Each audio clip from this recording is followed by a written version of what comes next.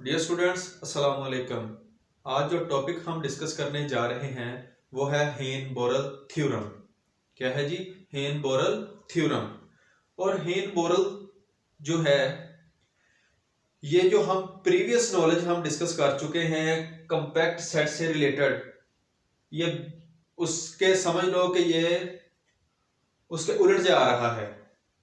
ये reciprocal form में रहते हुए अपनी बातों को साबित करने लगा है।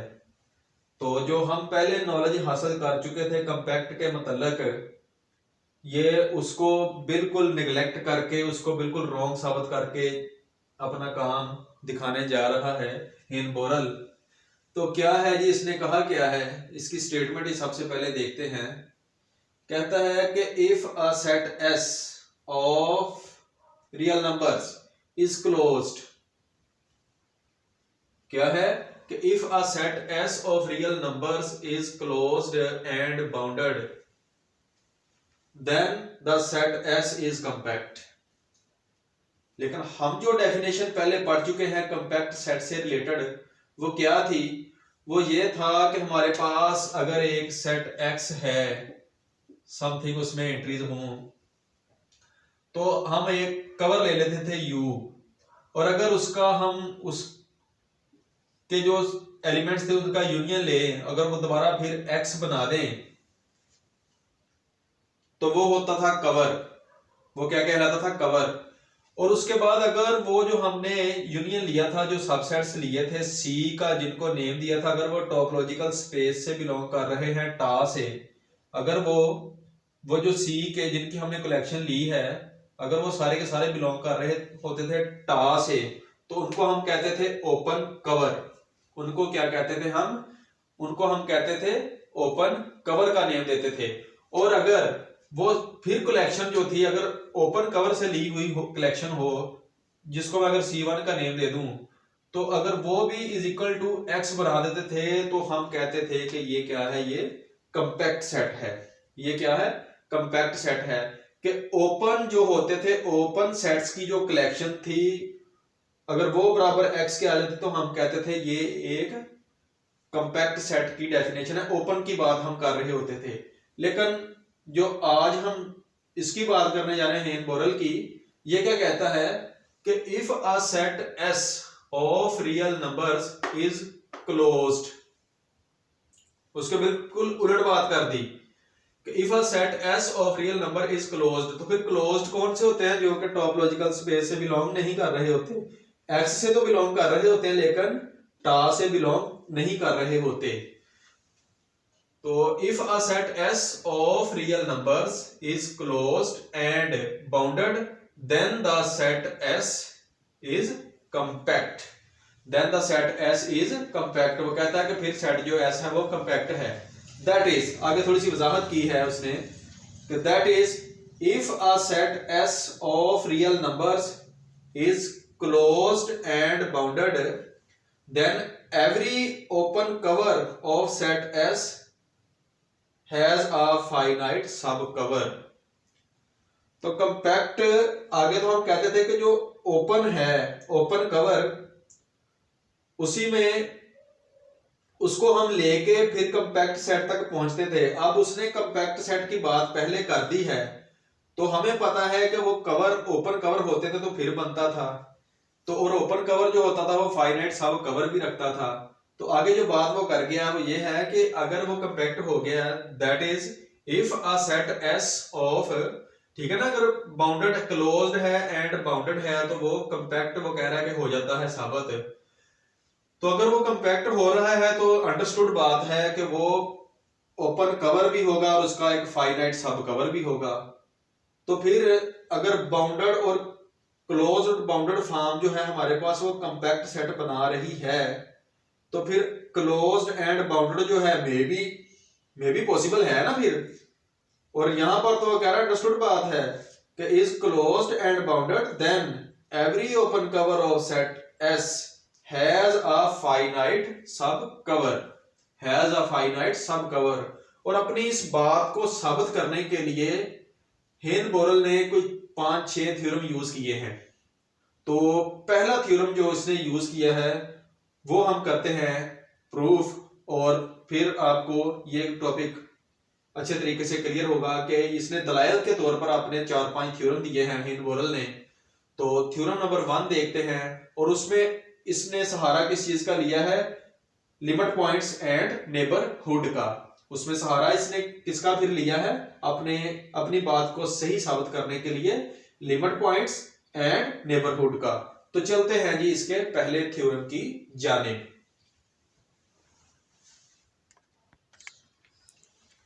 तो जी स्टूडेंट्स, थ्योरम की स्टेटमेंट कुछ यूं है। थ्योरम है जो इसके, मैंने आपको बताया है कि इसके 4-5 थ्योरम हैं। पहला थ्योरम क्या है कि if a set is compact then it must be closed.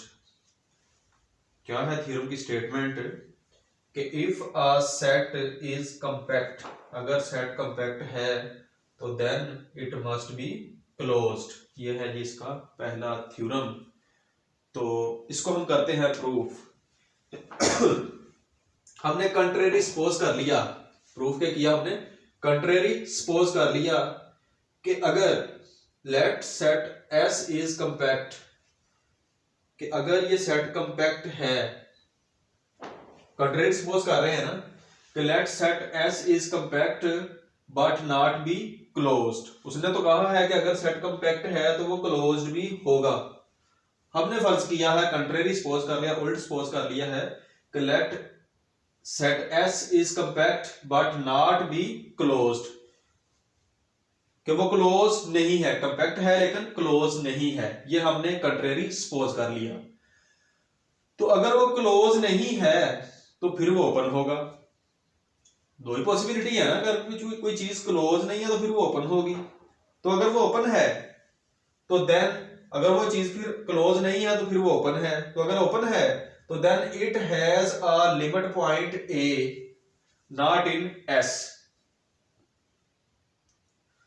हमने यही पढ़ा था ना, ओपन है तो ओपन में हमने डेफिनेशन डिस्कस की थी लिमिट पॉइंट की, कि लिमिट पॉइंट में हमें एक ऐसी चीज मिल जाती है कि अगर एस एक सेट है तो इससे बड़ा एक सेट आ गया तो हमने जो लिमिट पॉइंट कंसीडर करना होता है इसके पॉइंट्स में से माइनस करते हैं हम।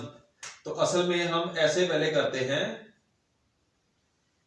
ठीक है ना, ये चीज करते हैं, और फिर वो नॉट इक्वल टू फाई आता है जब यू के साथ इसका हम करते हैं इंटरसेक्शन, इससे बड़ा एक सेट लेके जो कि खुद भी ओपन होता है।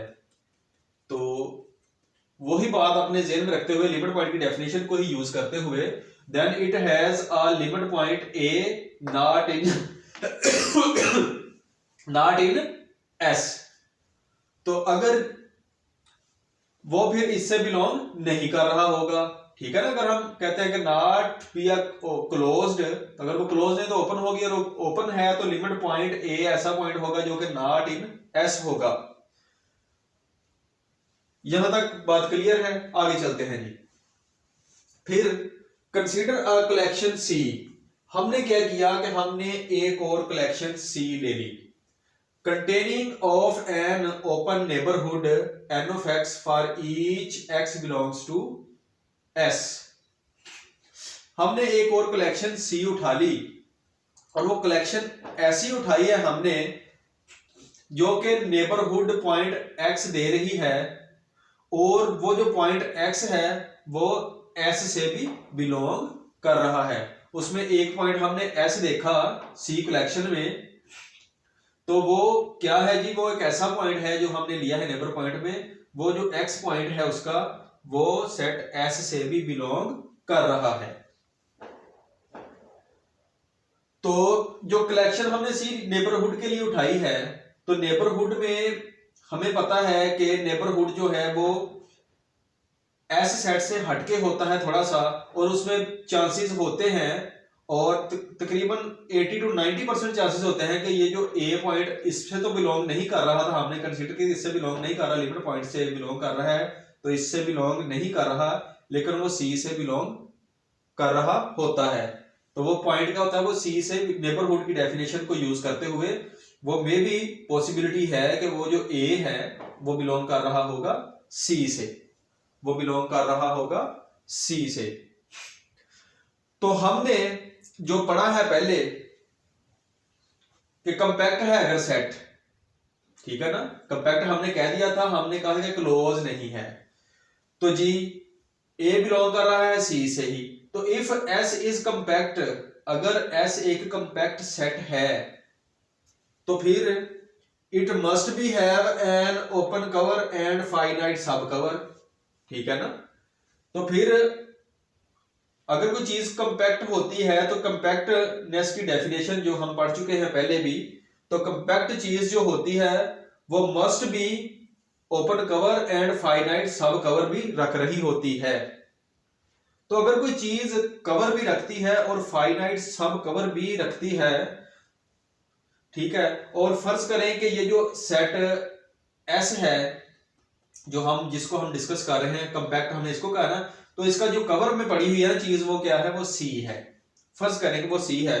So if C is open cover of S, तो अगर ये सी जो है वो ओपन कवर है एस का, क्योंकि वो कंपैक्ट है, तो ये कवर सी अगर उसका कवर है तो then it all elements belongs to S, तो फिर सी के तमाम एलिमेंट्स जो हैं वो एस से बिलोंग कर रहे होंगे अगर वो उसका ये, क्योंकि एस को हमने कंपैक्ट कह दिया, तो जो सी है वो उसका फिर ओपन कवर है, सी क्या है उसका ओपन कवर है।